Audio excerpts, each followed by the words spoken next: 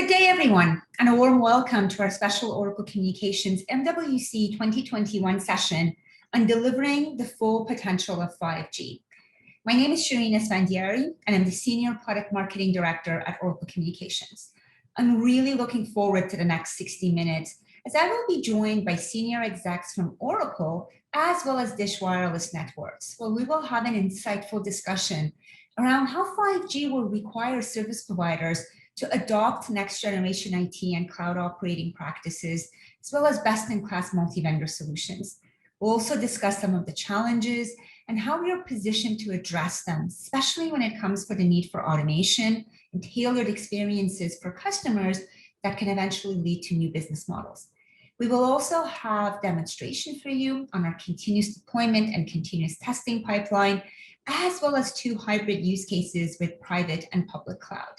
And ultimately, we'll hear from Dish on their journey to provide the network of networks with the first greenfield cloud-native Open RAN-based 5G broadband network in the US. So let's get started. For this first section of our discussion, I'm joined by Andrew de la Torre, Group Vice President of Technology at Oracle Communications. Andrew is responsible for setting the forward-looking strategy for Oracle Communications and also defining direction for the best-in-class products and solutions that help our customers compete in a rapidly evolving technology landscape. Andrew leads the technical sales, business development, and acquisition teams for the business unit. Prior to joining Oracle, Andrew spent 21 years at Vodafone, including 2 roles as Chief Technology Officer and Technology Strategy for Vodafone Group. Andrew, welcome to our session. Thank you, Shireen. It's great to be here. Andrew, I think one can argue that some of the legacy business models for operators were quite limited to competing over price and coverage, whereas 5G provides a way to differentiate, especially based on services or what we often refer to as tailored experiences for the enterprise and the industrial market. So in other words, moving away from yesterday's operation models to a more web-scale culture that also embraces automations and DevOps. But I would imagine that developing a lot of these capabilities in flight with 5G is actually quite challenging, especially because much of the success in delivering the full potential of 5G is going to depend on how service providers are going to approach this new to telco cloud native technology and how well they are going to execute on this technology. So Andrew, in that regard, what do you see as some of the main challenges for operators today? Well, Shireen, let's start by at least recognizing that, of course, 5G offers a huge array of technical advantages as a technology. You know, the very high capacity and low latency capabilities of the radio solution itself, the ability to deploy services at the edge through mobile edge compute capabilities, and of course the cloud native core, you know, built upon a service-based architecture. So all of those key components are already, you know, forming a foundation for extremely capable technology that 5G is. But it's really that this is bringing about an opportunity to make fundamental changes to the way that networks are built and operated. And it's really going to be the way that operators embrace these capabilities that will help them deliver on that promised efficiency and agility that all of those capabilities are bringing. So the cloud native service-based core is really the thing that is offering the most, you know, capabilities in terms of really service innovation and being really flexible and really innovative. But the operators are really going to need to realize a new operating model beyond just the technology itself. And that's going to bring quite a lot of challenges. Firstly, there's a whole array of skills that they will need to have in their organization that are new. All of those cloud native capabilities, the ability to understand and manage APIs, all of the new protocols that 5G has been built upon. There's also then a cultural component, and you know, they need to be much more IT-like than you know, we have historically been in the telecoms world. It has to be much more around a kind of fail-fast mentality, very agile and innovative, and a very much more ecosystem-driven approach to the way that we manage and roll out that technology. And last but not least, there's a whole array of process changes that the operators are going to need to embrace as well. Much more focused on things like rapid prototyping and how to really drive deeper automation. So it's only by making these kind of changes that you can realize the true potential of 5G as a cloud native technology. But if they can get there, the rewards will be high. Cloud native technology, really does offer the opportunity to deliver efficiency, resilience, scalability, and true innovation. Yeah, indeed. And so you mentioned agility, which is of course enabled by automation. In fact, according to GSMA's last automation survey, more than a third of operators see automation as extremely important to drive service quality and loyalty. And of course, we know as a rule of thumb that 1% reduction in churn rates translates to a 1% increase in EBITDA margin. So automation is also seen to reduce OpEx, especially given the greater scale, the density, the complexity of the 5G network. So all of this combined really puts, I would say, an increased focus on automation. In fact, as you may know, we recently did our own Oracle survey with our operator customers in terms of some of the key challenges that they are seeing when it comes to core network automation. And we see that they're very much in problem-solving mode, and we can see that the challenges are quite predictable, right? A lot of what you mentioned, the lack of skill set and the familiarity with cloud native and some of the modern IT mechanisms, the ability to take some of the vendors that have existing, or had existing historical roles in telecom and move them to more open, interoperable rather than these vertical integrations and so forth. And obviously, as networks scale, they become more complex, right? With multiple generations of mobile technology, with their own operations. So we have to be very much conscious that we must also address the past as we impact the future. And finally, the most consistent feedback that we have, which to me is also fundamental to succeed here, is the operator culture. So operators have done things entirely different than from what they need to do now in terms of adopting webscale. So I would say, Andrew, how do you think Oracle is helping our customers in this regard? Well, I think, Shirin, first and foremost, of course, Oracle is extremely unique in being a communications equipment provider that is really born out of a web scale IT company. And so, with our first customer engagements, one of the things that we've been able to bring is our skills, our expertise in the cloud native environment, working with them to help them to move on that journey. And that expertise and that experience and indeed that mindset is already proving invaluable in our ability to help the operators with their 5G deployments. But on top of the expertise and experience, we've actually been focusing also very much inside of the capabilities of what we can deliver from a solutions perspective to our customers. And that ranges from everything from, a highly agile delivery model that we have, where in 5G we're delivering, software releases every few months rather than, every year like we used to be in the old telco world. But also putting a lot of focus on automation capabilities. So we're giving, our customers the ability to do very rapid automated testing in their environments, in their locations, and also being able to support, a very agile and rapid CI/CD process, and helping the customers to build those pipelines up. And this is all leading to, our customers, the operators, being in a position really to spin up services much faster than they've ever been able to do before, which of course ultimately is about getting to, to their revenue earlier. And I think, a network that is really flexible enough to support many diverse services is also super important. And again, all of these things are what we're able to help support our customers, because a diverse set of services, of course, broadens the market opportunities that customers have, again, driving incremental revenue opportunities. So everything we've been doing from an Oracle perspective, both from an expertise and from a capabilities angle, is really, you know, helping the customers be super agile and to really focus on that service deployment.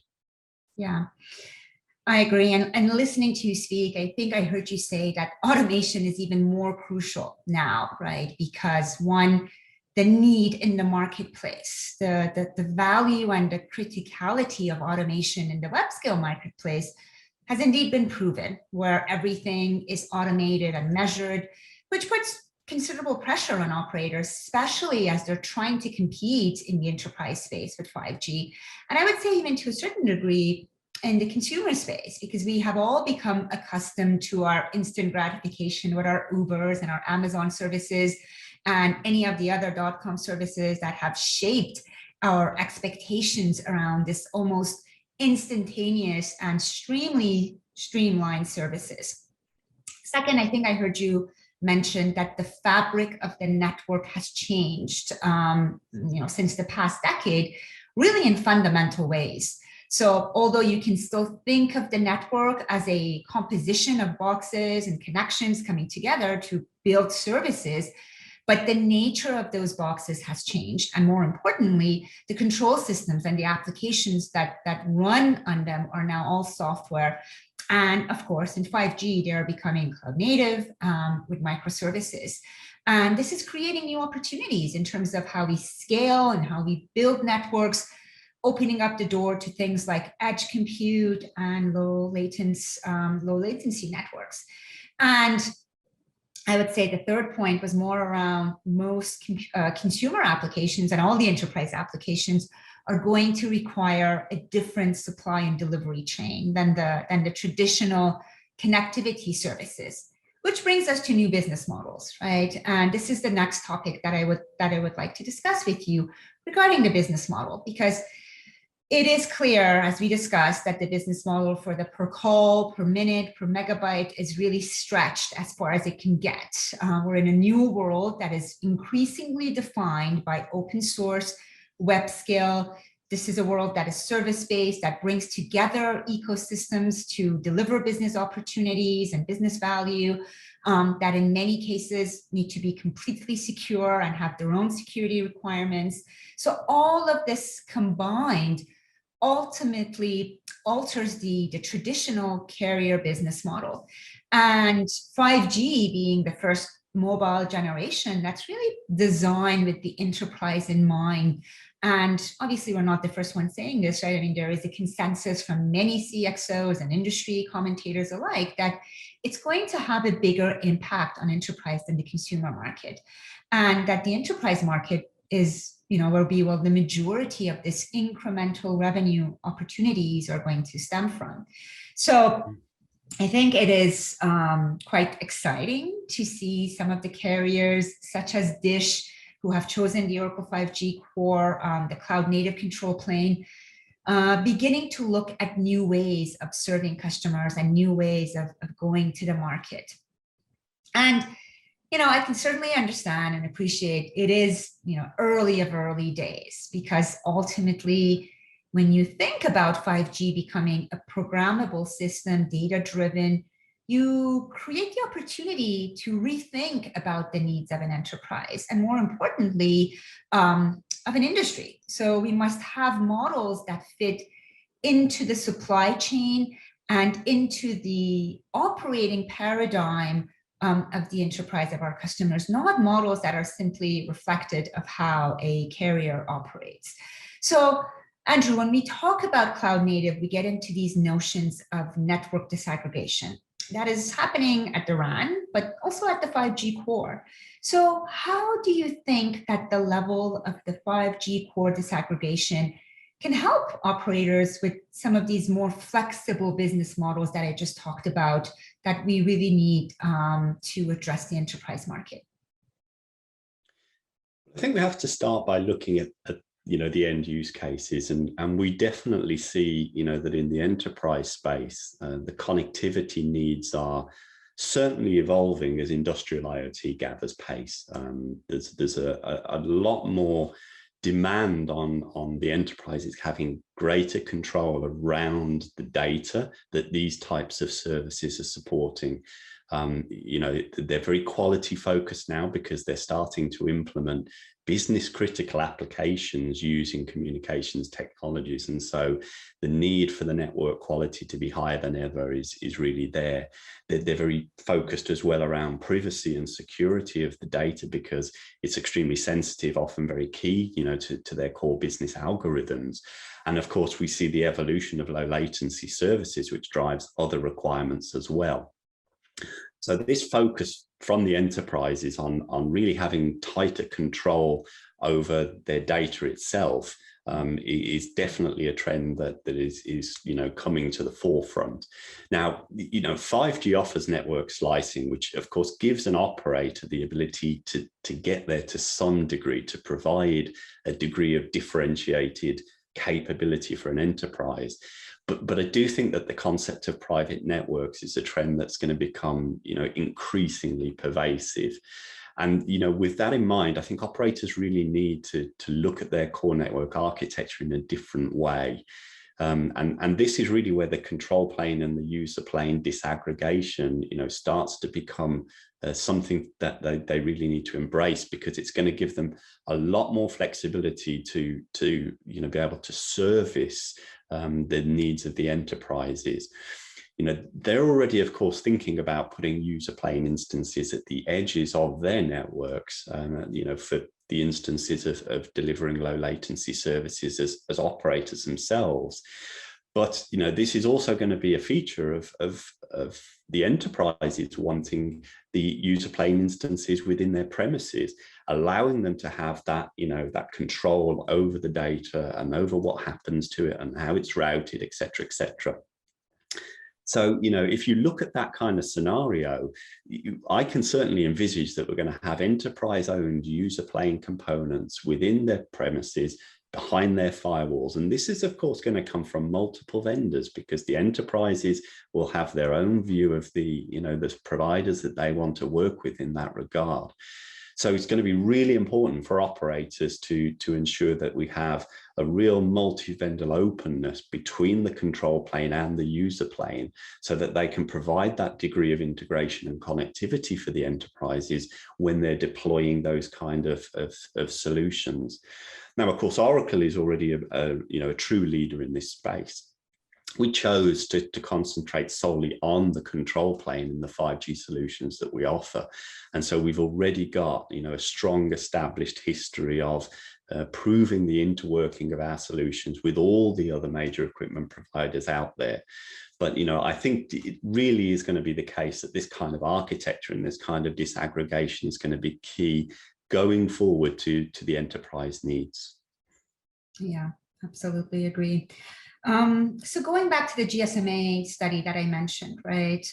So in the same study, according to GSMA Intelligence, within the next 4 years until 2025, operators are going to invest more than $1.1 trillion in infrastructure. This spend or this investment is, of course, global, and over 3/4 of that is, on average, is going to be spent on 5G.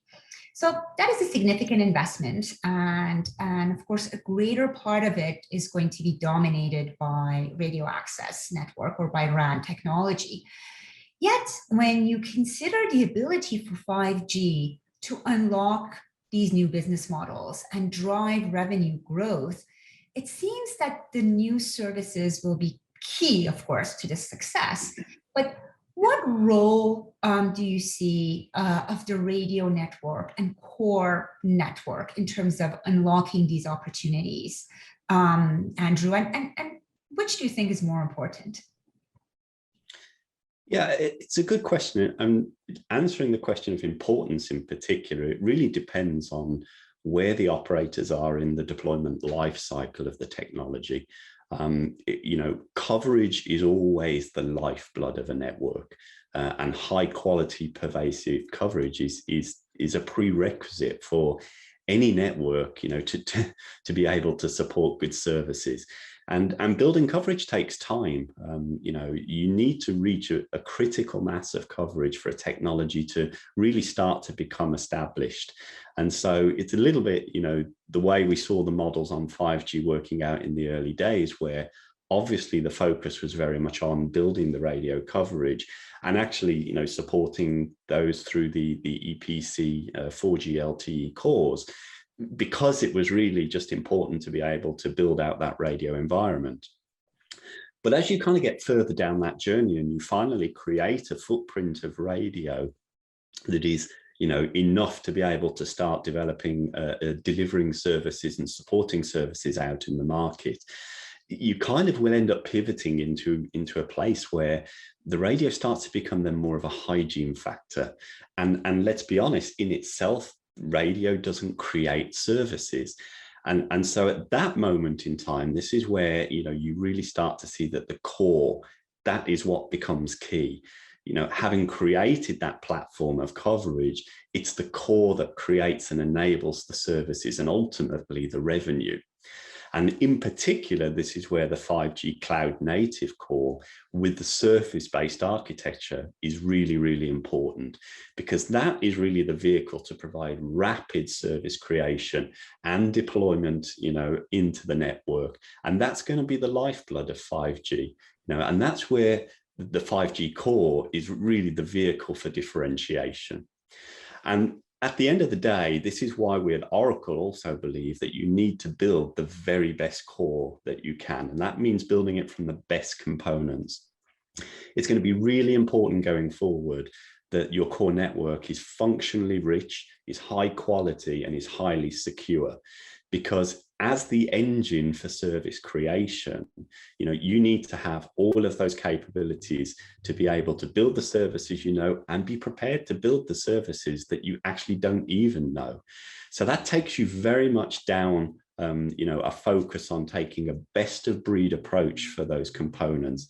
And in particular, we encourage our customers to zero in on what we view as the most critical part of the core network, and that's the control plane, because that is really the heart of the service creation engine. And that's the place where you're ultimately going to be able to deliver those new revenue streams. So I think as operators actually now are moving, you know, across to a 5G standalone core, definitely, you know, our recommendation is to work with providers who can offer class leading capabilities in this space, and really can, you know, secure a future ability for them to be able to differentiate and lead against their competitors in the market. Yeah, I couldn't agree with you more, Andrew. And I believe you shouldn't compromise the rest of your investment by putting in a less functional and less programmable core, because ultimately when it comes to service differentiation, where the revenue will come from, of course, it's much more advantageous to choose partners whose business models evolve around excellence, right? Not lock-in. And cloud native reduces dramatically the premium we've had in historic generations around the integration and risk. And you know, I think we've been pleasantly surprised to get that feedback from our own customers about how our best of breed implementation is not just up and running, but integrated, how fast it and easily it can be integrated with other providers along the way. So Andrew, to summarize our discussion, I think we both agree that 5G is the most scalable network, but it also needs to become the most programmable network, and that it all starts with getting cloud native right. And then it continues by thinking correctly about security and to ensure there is trust in the system for consistency and reliability, and ultimately choosing the right partner that can help you deliver programmability into your network. This has obviously been our approach to deliver full control and flexibility to our carrier customers so that they can proceed and go forward in how they serve their customers. Andrew, thank you so much for this insightful discussion, and thank you for sharing your thoughts with our audience. Thanks, Sharon. It's been great to have the opportunity to speak with you. Absolutely. Thank you. For the next part of our session, I'm joined by Nuno Saraiva, VP of Global Sales Consulting for the Oracle Communications Global Business Unit. I'm really looking forward to having a discussion with Nuno on how we're enabling automation and agility with some demonstrations of our continuous deployment pipeline and our automated testing, and also to talk about some innovative use cases of leveraging public cloud for operators. Nuno, welcome to our session. Really pleased to have you join us. Thanks, Shireen. We have talked a lot about the importance of automation for carriers, which is really, I would say, enabled by having a truly cloud-native network in place, enabling continuous integration, continuous deployment, and of course, continuous testing pipeline. All of this requires adopting a DevOps culture. And, I know at Oracle Communications, we have our own DevOps culture, which is the key for a complete software lifecycle management in terms of onboarding, testing, rollout, upgrade. Nuno, can you tell us more about the Oracle Communication continuous deployment workflow? Sure. So at Oracle, we strongly believe that networks, especially in 5G, require a high degree of automation. So the purpose here is to secure as much or as little human intervention as possible and automate all of these tasks to avoid human error, to accelerate the deployment of software, and to actually perform more upgrades with smaller increments more often, as opposed to a major upgrade, say, every year, right? So if we look at the slide, we are seeing a continuous deployment workflow as an example. And this is all based on Cloud Native Computing Foundation recommendations. I would probably call out two major tools that we use in an Oracle CD workflow, which are Helm and Jenkins. So Helm basically allows us to manage different software packages in a Kubernetes environment, like the one we use in a 5G core network, and to automate those deployments in such environment. Jenkins, which we'll cover in more detail in the upcoming demo, is the main tool we use for CD/CT pipelining. It allows us to more faster and more robust way of integrating our entire chain of build, test, and deploy across the network. So on the picture, you basically see, I would probably describe the left and the right side of the picture.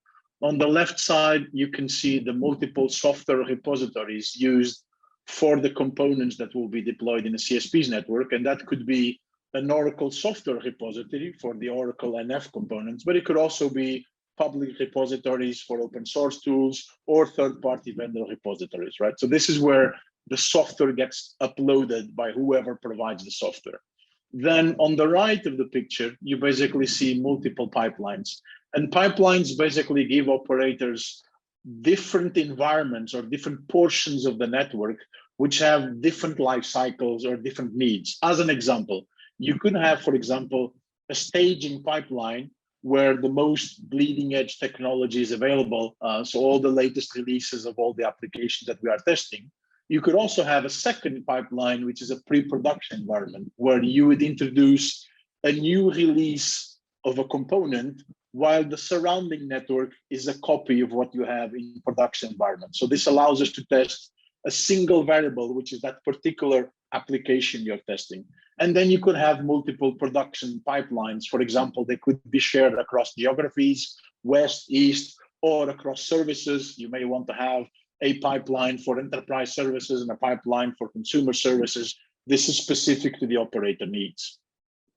So let me show you this in an actual example, okay? So let me just log in to Jenkins very quickly. Here you can basically see multiple pipelines we have defined for our demo. As I've just explained, this gives us distinct and uncontaminated CD environments to work with, each of them with their own workflow and lifecycle. Let's go into the NRF specific deployment pipeline, where we show a fresh deployment pipeline, in this case for an NRF network function.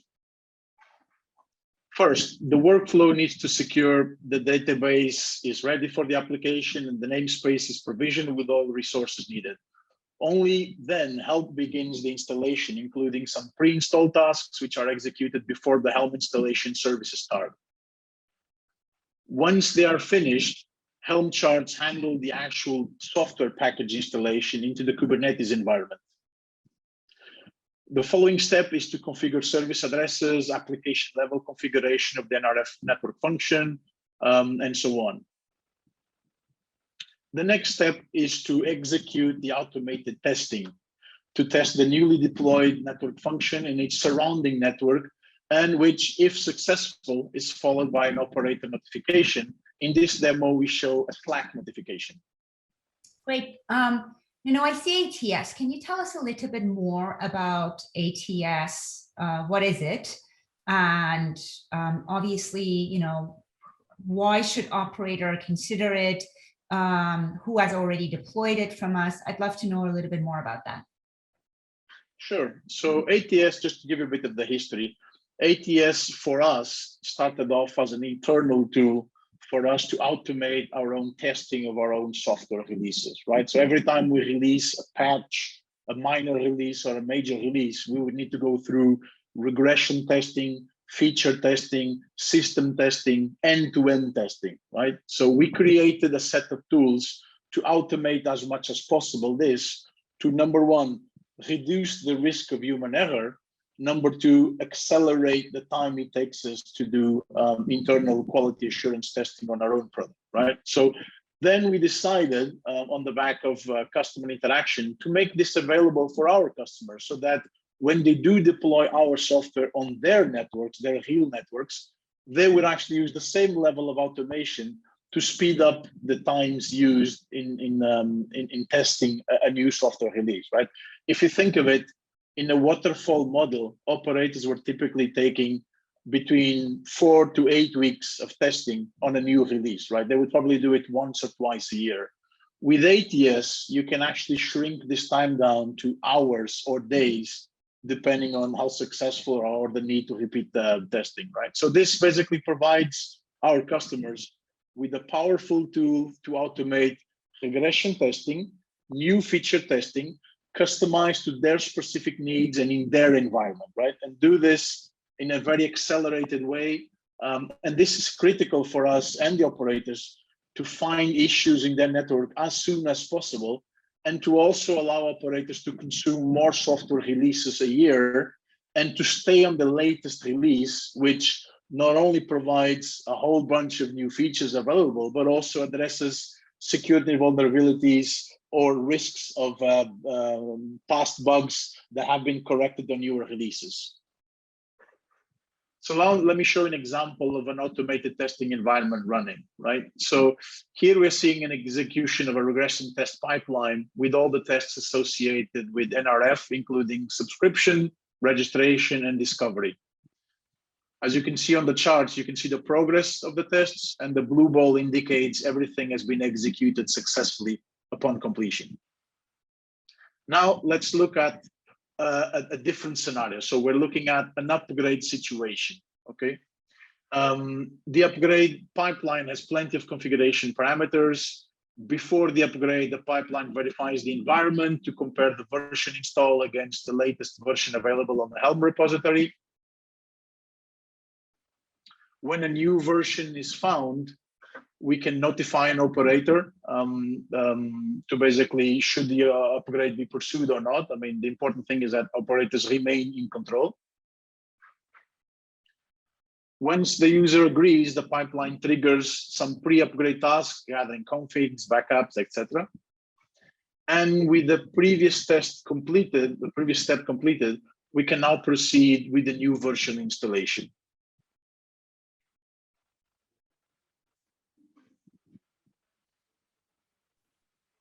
As in the previous case, ATS is triggered post-upgrade to automatically test the new NRF version in the network, including both regression as well as new feature test cases, given that this is a new software release.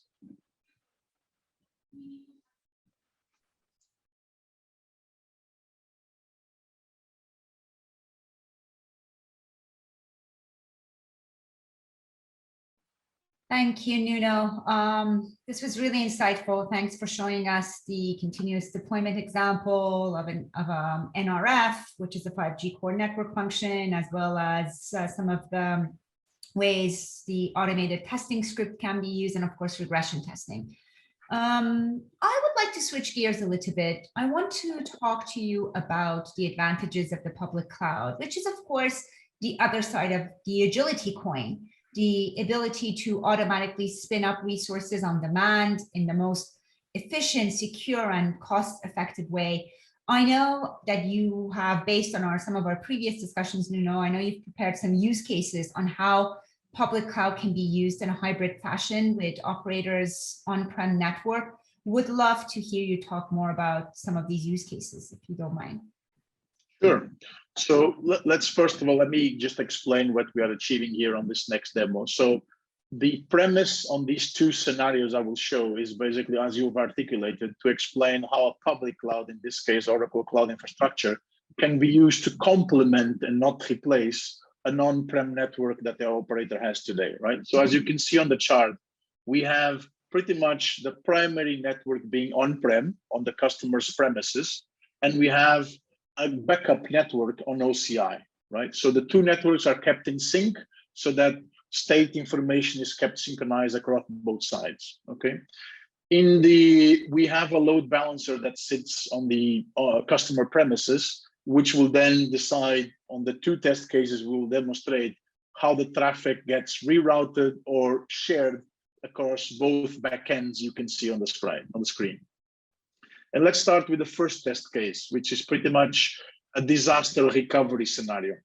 And if we look at the screen, I mean, what's typically operators have long realized the need for disaster recovery environments. And the reality is either as a way to address the risks of human intervention or the risks regarding outages with the data center, power outages, link outages, you name it.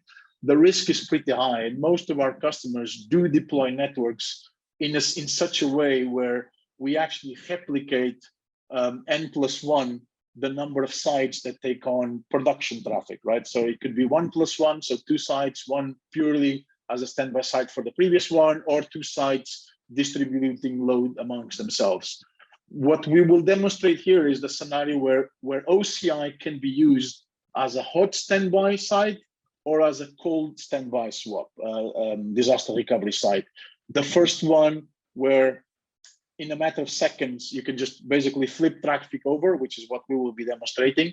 And upon a failure on the on-prem side, we can have OCI taking the full amount of traffic at no impact on the subscribers. The second permutation, which we will not document, is basically a scenario where in case of a network failure, operator basically ramps up manually the OCI resources, and only then the network is available, right? So this is not what we'll be demonstrating. So let's go back at the hot standby scenario. So in this particular scenario, as you can see, we are starting off on the left side, and you can see the Grafana charts with the traffic ramping up on-prem, and the traffic on the right, which represents OCI, is at 0. Okay, so all of the traffic is managed by the on-prem component. Now, as you can see, we created the failure on on-prem, and the traffic basically came down to 0 on on-prem, and the same traffic was brought up on the chart on the right, that basically you can see all of the traffic was basically secured by the OCI environment. And all of this is done, as I said, since the state is synchronized across the two sites, all of this is done at no impact for any ongoing or new sessions. Now let's demonstrate a different scenario. In this particular case, we would like both networks to be used simultaneously, but only use OCI when we exceed a certain threshold of traffic on on-prem network. Now, as you can see on the left side, we've been ramping up the on-prem traffic. And when we do cross a threshold, you will see the traffic increasing on OCI while decreasing on on-prem, but it never gets to 0. So as time goes by, in this particular demo, we're actually sharing traffic across the two sites in an equal fashion. Over to you, Shireen. Nuno, thank you so much. Really appreciate you taking the time to joining us for this session today. It was very insightful, and looking forward to the continued success with respect to actually deploying some of these use cases with our operators. Thanks again, Nuno. Thank you. Welcome to the next section of our Oracle Communications MWC special, featuring one of the most advanced service providers who are entering the 5G market with a business strategy completely built on innovation, Dish Wireless. Joining me today are Mark Ruan, Executive Vice President and Chief Network Officer for Dish's wireless business. Mark is responsible for network architecture, RF network and strategy, core network architecture and strategy, cloud and edge strategy, security, transport, and 5G lab management and interoperability testing. Mark brings to Dish more than 20 years of international management experience in the telecommunications industry, having had executive positions in R&D, customer operations, and product management in the US, France, and Finland. Also joining me for this session is Stephen Bai. Stephen is Executive Vice President and Chief Commercial Officer of Dish's facilities-based wireless network business. Stephen's responsibilities include wholesale and enterprise services, business development, product management, service integration, and partner management. He brings to Dish 3 decades of experience across wireless, cable, and wireline providers in the US and several other countries.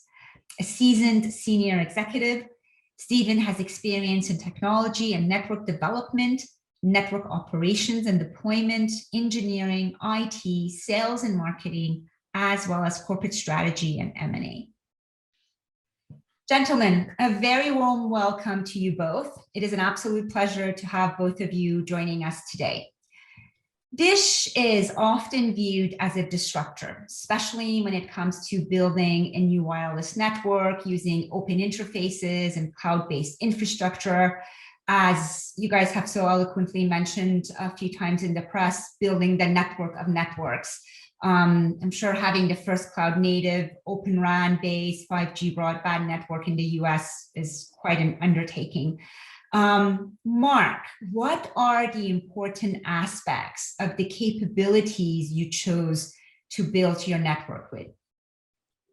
Yeah, I think you use some of the words. First one is, it's a cloud native network. In our jargon, we call it a standalone network because we're not tying it back into the 4G or the existing telco. So it's purely new. And we have designed it with the mindset of a network of networks or networks for enterprises. Now, it has a lot of implications. The first one is that you need to have a software-defined capability or virtualize, whatever you call it, because the enterprise want to adapt their private part of a network or their sub-network to their needs. So we expose to them the capability to customize their experience, and there are many techniques to do that. Also, because it's a network of networks, we need to automate, so that because it would be too complex to do it, and that's certainly a barrier for existing networks. And also because it's a network of networks, we try to expose data that is intelligence to the sub-networks, so that some people need location information, some people need to master security differently. And so there are a lot of different use cases that are driven by having access to the data. So these are the founding principles that we're using. Thank you. And maybe, so you talked a lot about the capabilities, right? And this question is perhaps for both of you. What are some of the key attributes, I would say, that are important for you regarding the products that build your network? You touched about cloud native for sure, resiliency, security. Can you talk a little bit more about that?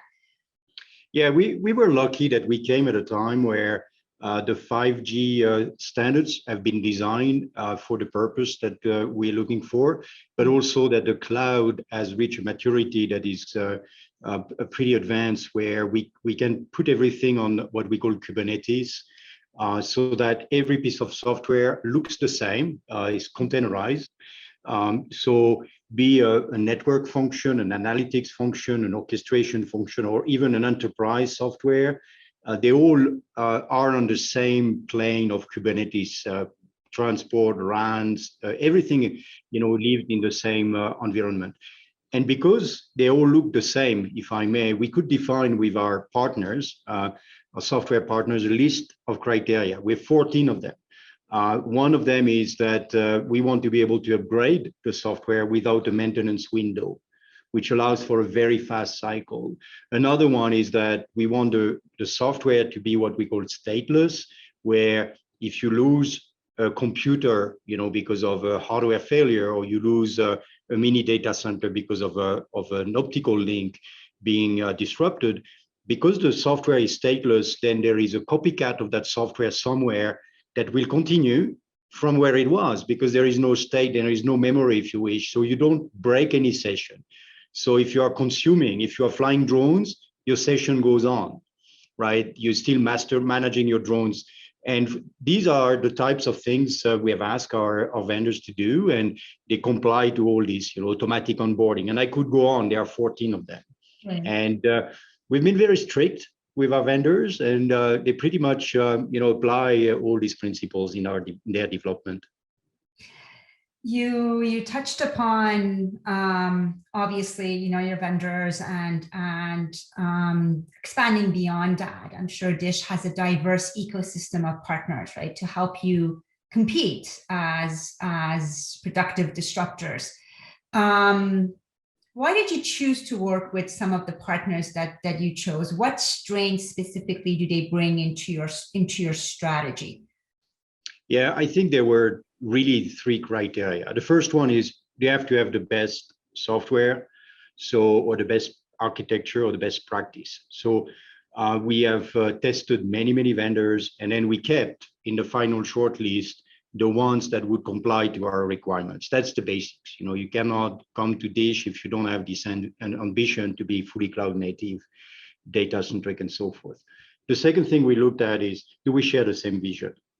Right. So we want to see partners that are really driving for automation, that are really driving for sharing data to increase the capabilities, that are driving to having open APIs so that enterprise can consume or customize their needs. So the vision has to be the same, so that we have a win-win where we both think we can leverage the market and win from the market. And the third thing is, we give a big premium to enterprises that are very strong in the enterprise and in the vertical domains, that have a DNA, a sales force, a capability. Because if you see 5G today is a bit stuck, because people are trying to sell it as a additional consumer, more speed or what. Is there much appetite for that? Not sure. We are tailoring 5G for enterprises, so we want our partners to help us understanding what are the verticals, and Stephen will be able to talk about that much more than I do, but that has to be in the DNA. Absolutely. So you obviously touched about the business models, enterprise. Stephen, can you talk to us a little bit about your business models? What are you planning to do in the market? Where do you see the opportunities for 5G, and more specifically for network slicing? Yeah, no, picking up off what Mark was saying, we're definitely serving the consumer segment. I mean, there's a consumer demand for devices out there. But that market is really, if not saturated, approaching saturation in terms of market adoption of that technology. And really what's interesting with the development of 5G and a cloud native infrastructure is the ability to serve the enterprise market and to unlock value in that segment that has been very challenging to do so in the past. And we have this incredible convergence of the wireless network together with what's happening within the cloud, together with where enterprises are trying to drive their business models. And we talk to a lot of enterprise customers across many different verticals, and there's a consistent theme and a consistent capability set that they're very interested in having access to. One is clearly more control over their network and how they integrate their network with wireless. And traditionally, that's been very difficult to enable and very difficult to actually do technically. And what we're doing actually allows them to have far more control. And that control extends all the way through to policy management, being able to manage the network resources within the wireless network as if they were an extension to that enterprise network. And then Mark also touched on the data, the importance of the data, and where that sits and how the enterprise can manage their own data and the security around that, and where that information goes, because that data is the lifeblood of their business, and how they run their operations, and being able to move the data between the different components within the network and being able to process that, secure it, protect that, and control it and manage the policies around that is very, very important. So we see an incredible opportunity, not just to serve the consumer segment, which we're focused on with multiple brands today, but really we see the growth opportunity and the tremendous value to be unlocked in the enterprise segment, partnering with companies that are very good and have strong positions in that segment. The other important part of how we go to market is, as Mark said, looking for partners that complement what we do, that can serve our customers. We're not trying to do everything for our customers. We're really looking at an ecosystem of partners that share our vision to serve that enterprise segment, but each partner brings, industry-leading expertise that in aggregate, creates more value for our customers. So that's where we're focused, and in the conversations we're having today, there's far more demand for that than the supply. So it's an encouraging space to be in. Absolutely. Mark and Stephen, I believe that disruption doesn't occur in isolation. Like, disruption is a function of transformative leaders and a culture that promotes, or at least doesn't actively discourage, going against the grain. We often hear about the challenges around the people skill, the culture, the processes for some of the carriers that intend to leverage cloud-based technologies and more of a web scale mentality. Can you tell us more about the culture at DISH that enables your organizations to unlock both innovation, leveraging open interfaces, cloud-based technologies, and this adoption of much more of a web scale and agile way of working? Yeah, I think from a technology side, it starts with a can-do attitude. A lot of the things we're using have been around for many years, some recently, but they've been around. But as you say, some players are scared, like they see in adopting these new technologies, they see the problems. We see the opportunity, and then we truly get a lot of challenges, right? But we fix them very fast. There is a true excitement inside DISH about being able to discover those new challenges on a daily basis and addressing them with our partners. And what is pretty fantastic is to see that very soon our partners are giving us access to their best teams, because everybody wants to work on the not particularly DISH, but on the new vision, on the new concept, because they think it's cool. And we move together like this. The second thing is that the culture is about sharing. We have open APIs, but we also share data. We have daily meetings with multiple vendors in the same room. And we go through all these challenges. It's not like one is saying, "Oh, I've done it right." Everybody's there drawing and finding, and it's pretty fast. And once you have experienced that, there is no way back, and that's fun. Yeah, I might add, it really starts with the people. You've got to have the right approach and mindset, and then be willing to take the risk. Risk is something that a lot of companies are challenged by. And I think at DISH, we have a healthy appetite for what I would consider calculated risks. And we're willing to take those risks and push the boundary. And I think a long time ago I heard you don't achieve anything unless you're willing to take some risk. And oftentimes it's easy to be safe and comfortable and not take those risks and not push yourself. And we're very fortunate at DISH that we have a great team of people. To Mark's point, the collaboration is essential, not just within DISH, but within our partner ecosystem and others within the industry. And none of us have the best idea, but in aggregate, we create kind of the best product and the best services. So, we're all willing to learn from each other and grow as an organization, as a team. And I think it's really having the right people in the right part of that team. And it's a privilege to be part of it. Yeah, absolutely. And I guess I will end with this last question. Both of you touched upon it, right? So I was going to ask you, what advice would you have for other operators and your peers who are embarking on this journey to adopting cloud native technologies and 5G? Well, I think we discussed it with the culture. It's all about testing things and trying things and see what works. I think the most important is not to go with a preconceived idea of what's going to work and not work, because it's a discovery mechanism, but it's very fast because it's cloud native and open. The speed at which you can try and learn is much faster than what we used to in our industry.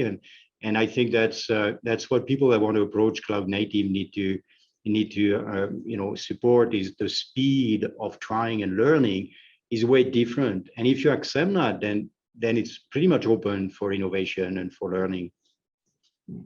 Yeah, I think one of the things that I think we both share an empathy for is the challenge that some of our peers have for the legacy environments that they're dealing with.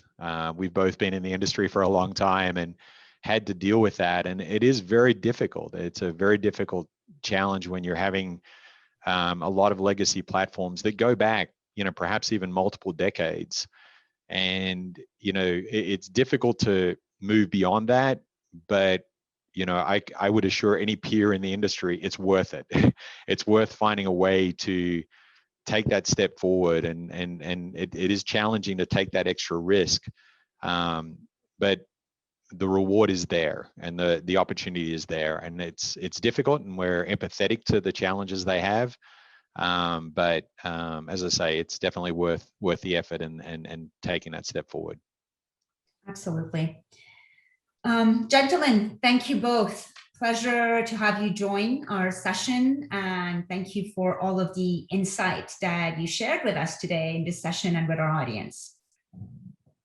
Thank you.